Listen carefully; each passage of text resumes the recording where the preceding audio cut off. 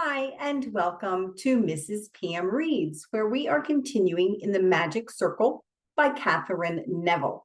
I am going to flip this around real quick just to remind you, if you're enjoying the book or other books on the channel, and you would like to stay apprised of every time a new video posts, you want to go ahead and click that subscribe button. It's free to subscribe. Then hit the bell tab, and then you'll get an update every time a new video posts. All right, so the spine of the book just made a noise. I don't like that. Anyway, last video, Wolfgang and Ariel are getting ready to go to the airport. They're going to go to the Melk Monastery and do some research in the library. They get talking a little bit about who's going to watch the house while Wolfgang is gone. And he mentioned some guy named Klaus, the groundskeeper. And Ariel's like, I thought Hans was the groundskeeper. So there's a little bit. And he's like, oh, yeah, Hans Klaus. We'll see. Then they get talking about coincidences and Caspar Hauser in the past. And Wolfgang mentions that he thinks it all comes back to this symbol that Ariel saw on her computer screen quite some time ago before she made this European trip. And I showed it to you, I think, way back in the beginning. Anyway, so now she's like, boy, that's weird. And that's where we stopped. Okay, my heart was pounding. I wished I could speak with Sam. I drew my coat collar up, more to still my hands than for warmth. Wolfgang didn't seem to notice. He replaced his hand on the wheel and kept speaking as he drove. This placement of the Hagel Rune at Nuremberg is central to everything Adolf Hitler ever said or did, he told me. As soon as Hitler became German Chancellor, his first act was to form a college of Routenganger. How would you say? Water diviners. We call them dowsers, I said. It's an old practice among Native Americans. They use Y-shaped willow or hazel switches balanced between their fingertips as they move over terrain to find underground water. Yes, exactly, Wolfgang said. But these men of the German college didn't only look for water. They were searching for sources of power within the earth. Forces of energy the Führer could tap into in order to increase his own powers. If you watch those old films of Hitler, you'll see what I describe.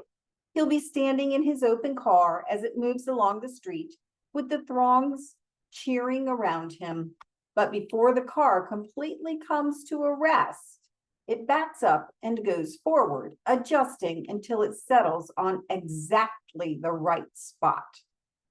You see, Hitler's dowsers went first to measure the forces to locate the most propitious spot to stop the car and find the right building or window or balcony for him to give a speech. These forces protected him against sabotage and also increased his own energy. You know how many assassination attempts failed, even bombs planted beside him in an enclosed room because of the power grid shielding him. And it was known from ancient times that there was nothing stronger than the forces that Adolf Hitler later tried to harness there at Nuremberg. Whatever Dacian may believe, you can't imagine that Hitler actually survived multiple assassination attempts because of some weird force like a hail rune, I said. I'm saying what he believed, and I've plenty of evidence to support it, he assured me, and he began as we drove toward Melk. So just a reminder, this time in history is not one of my strong suits, although I love history. So this is a historical fiction. So I don't know whether this part is the historical part or the fiction part. So remember that we're reading a novel. Don't take this with a grain of salt. And I might go look at that, just kind of do a little research because it made me curious. So if something makes you curious, go ahead and do a little research before you just take it because it was in a book, right? It's a historical fiction. Okay. The Hail Rune. Even at so late a date as the end of the Napoleonic Wars, the upbringing in a cage of an abandoned boy like Caspar Hauser was not unheard of. Many situations were known of children who had been raised by wild beasts. But until Caspar Hauser's case, few had prompted scientific study. A ritual was commonly practiced by many fraternal orders or secret groups involving the spilling of royal blood. 3 kinds of death were delivered at once to propitiate the gods of 3 realms: fire, air, and water. These were symbolized by blows to the head, the chest, and the genitals. We only know that the first 2 of these blows were practiced on Caspar Hauser. It was widely believed after his death that the boy was descended from nobility or royalty, that he'd been kidnapped at birth and raised by peasants in bizarre conditions, confined in a space so low that he could not even stand up, and fed on a diet of barley bread and water. Interesting enough, the food anciently given an animal being prepared as a sacrifice. In other words, Caspar Hauser was very likely the victim of an unexplained pagan ritual that suddenly surfaced in Nuremberg at the beginning of the modern era. 100 years later, Adolf Hitler would be completely fascinated by the implications of this story. Toward the end of the last century, around the time Hitler was born in 1889, there was a movement resurgent throughout Germany to delve into the Volkisch roots of the Germanic people. Sorry, something fell. The common folk or peasants, as they were pictured in Norse legends and German fairy tales, to renew traditional values and customs believed to compromise the very core of the Teutonic soul and bring back a golden age. At the time, it was widely believed by German-speaking peoples that for thousands of years there had been a secret plot against them, rooted in desire by the tribes of the Mediterranean stock. For example, the Romans during the Empire, the Moors in medieval Spain, to conquer all the northern peoples, those of so-called Aryan blood, and perpetuate cultural genocide against them. It was also held these Teutonic ancestors had a higher culture than those of the Mediterranean and kept their blood purer and unsullied by any hybrid contact with other groups, much like today's Brahmin caste in India. Despite this supposed Nordic superiority, the rune alphabet was a late development around 300 BC, possibly borrowed by the Teutons from the Celts, I was going to say Celts, C-E-L-T-S, or another group. As with previous cultures, however, the skill of writing and the runes themselves were invested with magical, even divine significance. The Hegel rune is the 9th letter of the runic alphabet. 9 is a very powerful Nordic number.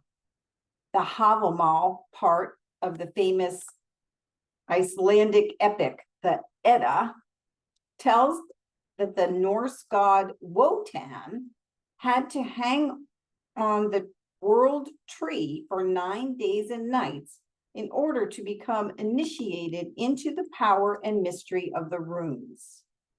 9 was the most important number to Hitler. The date November 9 carried mystical meaning for him, as he said, the 9th of November, 1923, was the most important day of my life. That was the day of the Munich Putsch that sent him to jail, where he wrote Mein Kampf. But November 9th is an important date in the history of our part of the world.